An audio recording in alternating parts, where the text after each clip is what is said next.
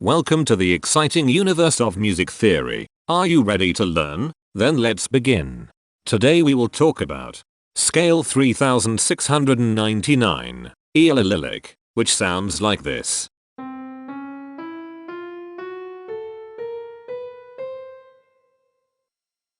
This scale has 8 tones, which means it is called an octatonic scale. This is a bracelet notation diagram of scale 3699. The shaded circles represent tones that appear in the scale, and they are read clockwise, starting at the top.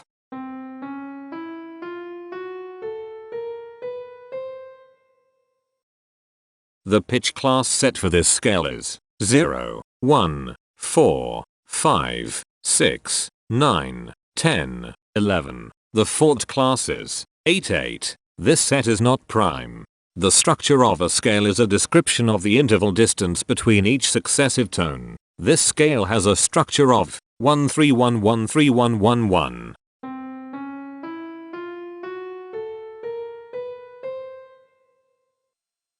The binary representation of this scale is determined by mapping tones of the scale to binary digits.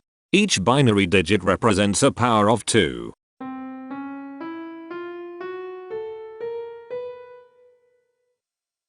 To get the scale number, we add the powers of 2 together. The powers of 2 that are present in the scale, all added together, equals 3699. That is why the scale number, in decimal, is 3699. The scale number not only enumerates the scale with a unique index, but it also literally describes the tonal content of the scale. Represented as a binary number in base 2, the scale number is 1110011110011. Here are the common triads present in this scale. The diagram in the center is a graph of parsimonious voice leading between triads. There are 3 major triads. There are 3 minor triads. There is 1 augmented triad.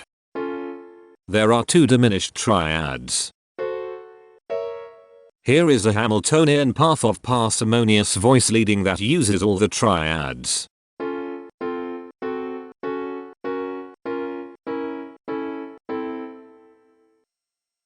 This scale has 8 modes. The first mode is itself. The second mode is scale 3897, also known as Aeolylyllic. It sounds like this.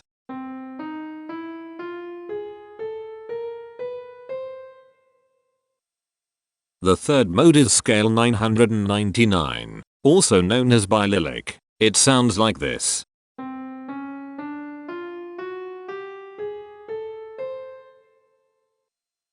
The fourth mode is scale 2547, also known as Raga Ramkali. It sounds like this.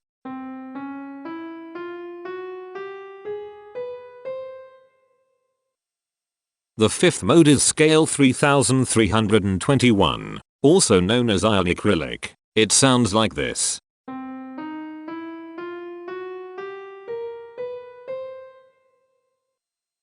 The sixth mode is scale 927, also known as Coptylic. It sounds like this.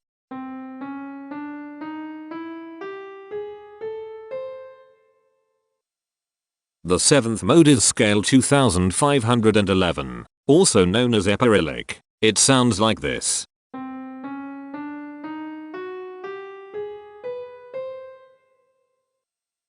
The eighth and last mode is scale 3303, also known as Soptylic. It sounds like this.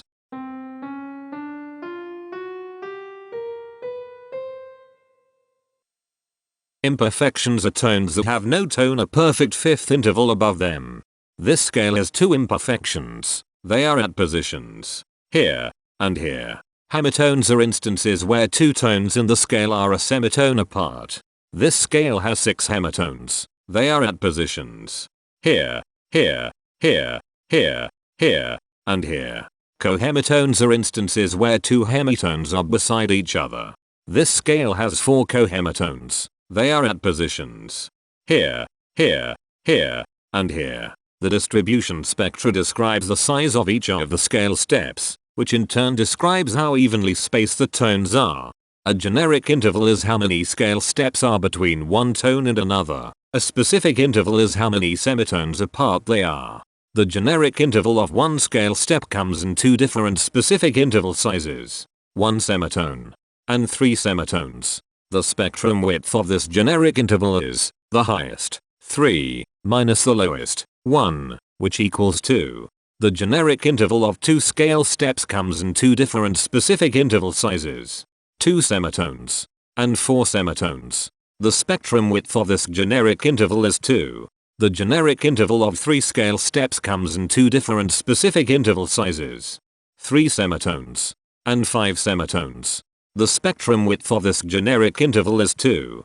The generic interval of 4 scale steps comes in 3 different specific interval sizes, 4 semitones, 6 semitones, and 8 semitones.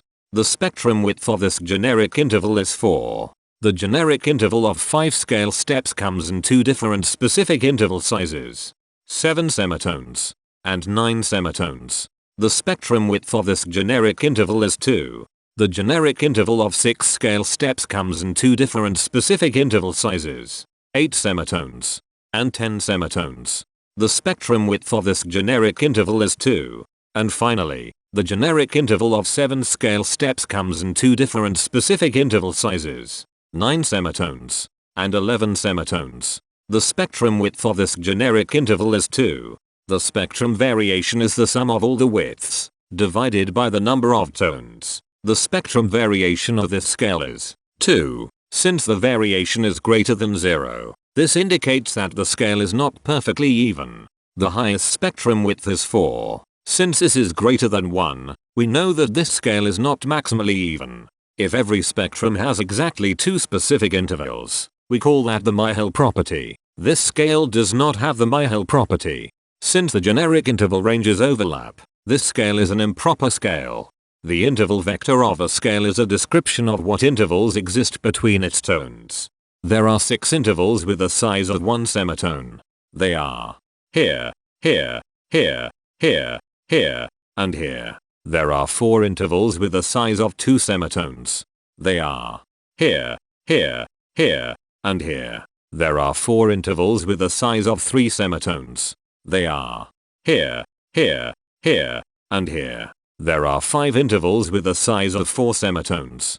They are here, here, here, here, and here. There are 6 intervals with a size of 5 semitones. They are here, here, here, here, here, and here. There are 3 intervals with a size of 6 semitones. They are here, here, and here. Each interval does not appear in this scale a unique number of times, so this is not a deep scale. Heteromorphisms are comparisons between every interval in a set. They can be classified as contradictions, ambiguities, and differences. A contradiction exists when a small generic interval has a bigger specific size than a larger generic interval. For example, if a generic third interval has a larger size in semitones than a generic fourth interval, that is a contradiction. The number of contradictions in this scale is 44. An ambiguity exists when 2 intervals have the same specific size, but they have different generic intervals. For example, if a generic fourth and a generic third interval are the same size in semitones, that is an ambiguity. The number of ambiguities in this scale is 16. A difference exists when 2 intervals have the same generic size, but different specific sizes. For example, a major third and a minor third both have the same generic size, but they have different sizes when measured in semitones. The number of differences in this scale is 93. The coherence quotient measures the proportion of ambiguities and contradictions among a set's intervals. A scale with a higher coherence quotient is a good candidate for musical usefulness. The coherence quotient is 0.774. The sameness quotient measures the proportion of heteromorphic differences among a set's intervals. A scale with a higher sameness has fewer differences, so it is also a good candidate for musical usefulness. The sameness quotient is 0.526. This scale has reflective symmetry across an axis positioned 5 semitones from the root. This scale has a different pattern of intervals ascending and descending, so it is not palindromic. This scale has one ridge tone. Here, the balance of a scale depends whether the tones are spaced equally enough for the center of gravity to be in the center of the scale.